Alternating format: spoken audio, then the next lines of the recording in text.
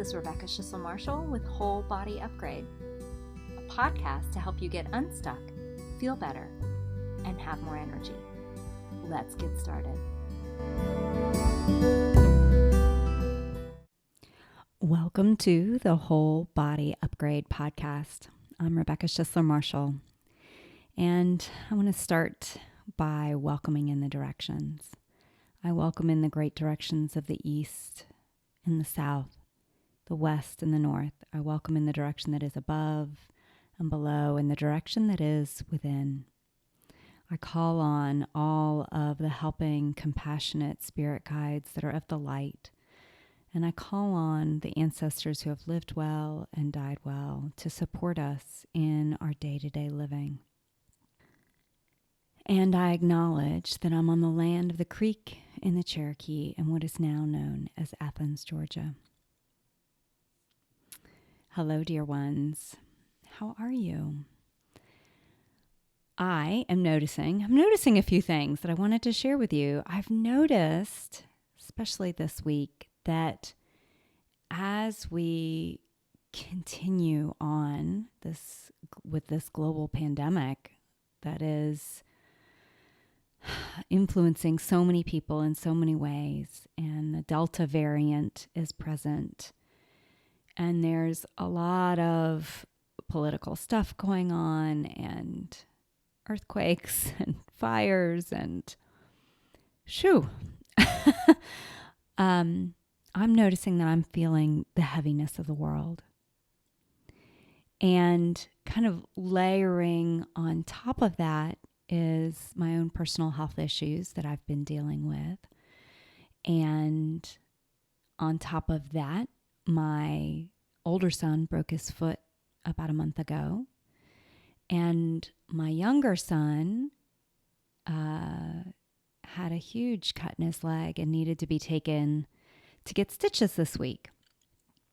And because it was late at night on a Sunday, we had to go to the ER. So there are a heck of a lot of emotions going on, a lot of emotions to process. What I noticed was after returning from the emergency room that night with my younger son, when I tried to go to sleep, I woke up with nightmares about COVID because there were so many people in that ER. Where we live is a high transmission area. And there were so many people complaining of symptoms in the ER that had fever, that were coughing, you could tell they were just not well. And my son, who is there, the one getting stitches, is 10, so he's unvaccinated. And when I was trying to go to sleep, when I was trying all my usual tricks to calm my body and my mind and to go to sleep, my body was having none of it. It was not going to happen. It was very clear. I was agitated. I was annoyed. I was upset. I could tell that there were emotions that I was pushing away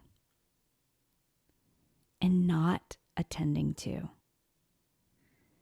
So after about 2 hours of this, sometimes I'm a little stubborn. I finally got up and went and did a bit of yoga, and I allowed myself to have a really good, hard cry. It was only in that moment that I could begin to settle down, like some of the irritation left, the annoyance left. There was still some sadness there, but it was, instead of this pent up sadness, it felt much more clean. So I could settle down a little bit. And it is like one of those times when it drops in, like, oh, there's this book that I started reading that's next to my bed. And I started reading a little bit of this book, and it was so soothing to my soul. It was just what I needed to hear. And the book is called When You're Falling, Dive, and it's by Sherry Huber. And it was just the perfect medicine in that moment. And I've read the book before, and I just love Sherry Hooper's teachings. I've studied with her before. She's a Zen awareness monk and has her own monastery out in California. So this book reminded me that what I was feeling was resistance.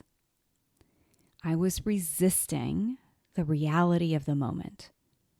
I was resisting my emotions. Yes, my son was injured and had stitches and may have been, I don't know, may have been exposed to COVID. And I was resisting those feelings. I was resisting the anger. I was resisting the sadness that was present. I hadn't taken the time yet to process the emotions from my son being hurt and having to rush him to the ER. That's a lot of stuff to be held in our body, to be held in the tissues. When I was reminded of the resistance, then I was able to turn my attention to what was there, to turn my attention to acceptance. And yes, I could start to see, yes, this is all happening, right? Resisting it wasn't changing it. Resisting it wasn't making it go away. Now, when I say acceptance, a lot of my students or clients that I work with, a lot of the students at the university or the clients are like, but I don't like this. I don't want to accept this. And acceptance does not mean that you like it. So did I like what was happening? No, I did not like it. I was not happy about the way things had gone. And when I just noticed what was happening, I just noticed the sensations in my body. I just noticed the emotions. When I noticed like, oh yeah, I'm really restless, I'm really annoyed, then I could notice all of those underlying emotions that were there that went with the resistance. All of the sadness, all of the overwhelm, and even anger that was there. I took the time to allow the emotions to really feel them in my body and notice what came up as I felt them in my body.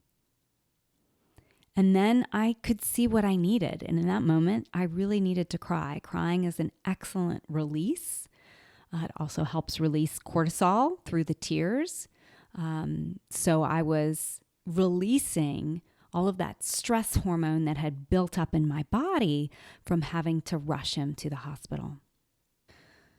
As I spent time with my emotions, the resistance started melting away. And I could see underneath the resistance, there was peace and calm, and it was just waiting for me. I could not like the situation, and I could feel peace about it. I could feel calm about it. In that moment, I was reminded that wherever there is resistance in my life, wherever it shows up, there is real change that is ready to take place, right? We often think about resistance as something to get away from, or there's resistance there, it means I shouldn't do it. But it's actually the opposite. The opposite is true. When there's resistance, that's where there is change waiting to happen. The resistance is actually pointing to a potential place of transformation. Many of my clients come to me wanting to feel better, wanting to get unstuck, but they're resistant to making some of the changes. Not all clients, some of the clients. Some of them are ready to make change, but some of them are very resistant. And what I've noticed is the magic starts to happen when they accept this is what's happening and that I can try this or I cannot try this. I can see what's going to happen next. They can try something that may or may not work, right? They don't know, but at least they could try. This is where the magic happens. So the client might think, okay, I see huge resistance and I'm going to try it anyway. I accept that I'm resisting and here we go. right? Here we go. Okay, I'll just try it. Whatever. It's probably not going to work. It may not work, but I'm just going to try it, right? So how do you stop resisting, you might be asking? Awareness and noticing are two really important pieces. You can probably throw in a little dash of curiosity too. Notice what is really happening, right? Become aware. What is really happening? And no, you don't have to like it. No, you don't have to embrace it wholeheartedly. Just see if you can notice that it's happening and just accept, like, yep, I don't like this, and here we are. See if you can open up just a little bit to accepting that thing that you don't want and are pushing so hard against it, and how whatever it is you're resisting is actually happening. The difficulty with your children, or the difficulty in a relationship, or the difficulty with your health or in your job, right? Anywhere that you might be resisting. Just accept that it is. Just like, yep, that is the reality that's happening right now. My boss said that thing to me. I'm not making as much money as I want. I'm not getting, my kids aren't doing what I'm asking them to do. My health is not feeling good. I feel like I can't even get out of bed. See if, as you notice that, you can bring some compassion, even if it's a tiny little bit, to that part of you that is struggling so much with how challenging it is, right? That was when I noticed, gosh, there's a part of me that's really struggling.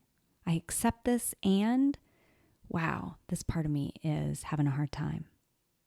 Then in that moment, you might be able to see how you can support yourself during this difficult time, no matter what the content is. That's the big secret, and it's counterintuitive, right? We think that if we accept something, it means it will stay, but the opposite is actually true. Resistance is what keeps something in place. The old saying is, what we resist persists. Resistance never changes anything. Acceptance is what leads to change. So where are you resisting in your life? Are you resisting exercise or meal planning or eating more spinach? Or maybe it's just taking a nap when you're tired. Maybe it's how you're actually feeling in your body at this moment. Bring compassionate awareness to it. Watch how you resist. Feel it in your body.